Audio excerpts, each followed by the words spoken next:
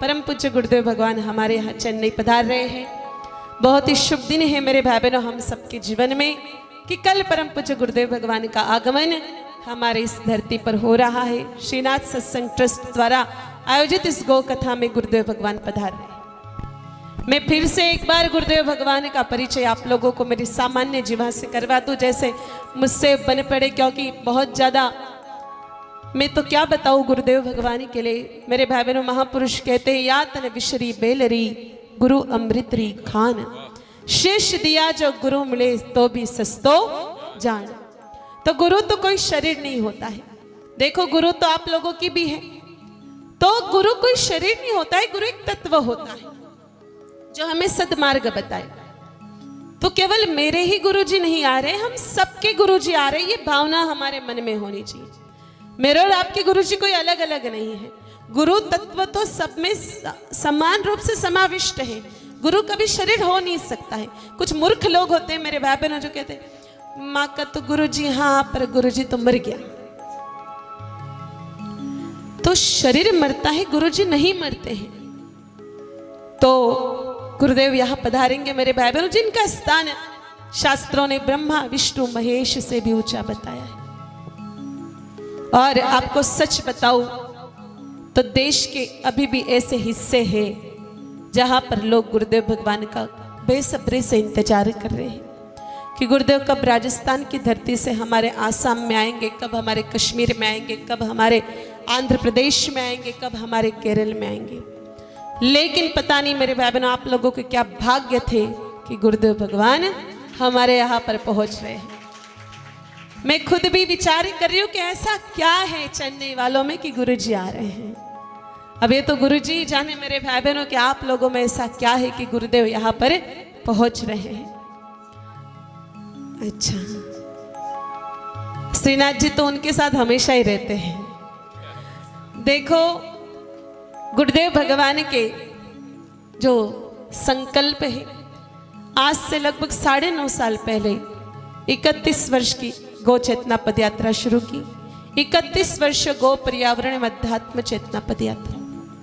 ये पदयात्रा राजस्थान और गुजरात के अधिकांश हिस्सों में अब भ्रमण कर चुकी है और 90,000 किलोमीटर की पैदल दूरी इस यात्रा ने तय की है। 18,000 गांवों में, 18,000 से भी अधिक गांवों में, कस्बों में होते हुए यात्रा निकली हुई है।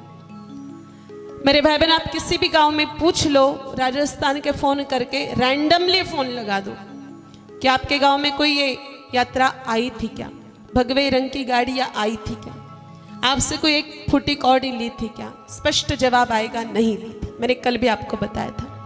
दूसरा, 17 वर्ष से गुरुदेव भगवान ने अन्न का त्याग कर रखा है। किसी के भी घर नहीं जाते हैं, जो रेजिडेंशियल हो मकान वहां गुरुजी नहीं जाते, रेजिडेंशियल मकान में। और एक संकल्प लिया है भोजन का मेरे भाई बहनों, जब तक हिंदुस्तान की धरती पर गौ हत्या बंद नहीं होती तब तक अन्न ग्रहण नहीं करूंगा। हम लोग नवरात्र के 9 दिन व्रत रखते हैं ना, तो हालत तो बताने की जरूरत नहीं है। दूसरे दिन से ही इंतजार होता है कि कब दशहरा आएगा और कब छुट्टी होगी। मेरे भाई बहनों 17 साल से अन्न छोड़ रखा है, 17 साल से। कब तक शासन से लड़ाई करते रहेंगे? सरकार तो आती रहेगी जाती रहेगी, और कब तक ये लड़ाइयाँ होती रहेगी? एक मौन पद्धति से गौ माता से प्रार्थना करते हुए, एक कठोर संकल्प लेते हुए कि जब तक केंद्र सरकार की ओर से हिंदुस्तान में गौ हत्या पूर्ण रूप से बंद नहीं होती तब तक अन्न ग्रहण नहीं करूंगी। ये संकल्प मेरे भाई बहन, और कोई दिखावा नहीं, ऐसा जचाना नहीं है कि मैं तो खाना ही नहीं खाता हूं, तुम लोग तो मेरे लिए क्या करते हो, ऐसा कुछ भी नहीं। सहजता से गौ माता का दूध, छाछ इत्यादि जो मिल जाए, गौ आहार लेकर के अपने जीवन को यापन करते हैं। नंगे पैर चलते हैं, पैरों में जूते चप्पल कुछ भी धारण नहीं करते। दुनिया की किसी भी बैंक में मेरे भाई बहनों, मैं केवल भारत की बात नहीं कर रही हूं, दुनिया की किसी भी बैंक में हमारे गुरुजी का कोई भी खाता आपको नहीं मिलेगा। किसी भी संस्था के पदाधिकारी नहीं है, किसी भी संस्था के पदाधिकारी नहीं है। आपको ऐसा लगेगा कि कोई संस्था बना करके सिग्नेचर अथॉरिटी रख रखी होगी महाराज जी ने, तो ऐसा बिल्कुल भी नहीं है मेरे भाई बहनों। बहुत सरल है हमारे गुरुदेव भगवान।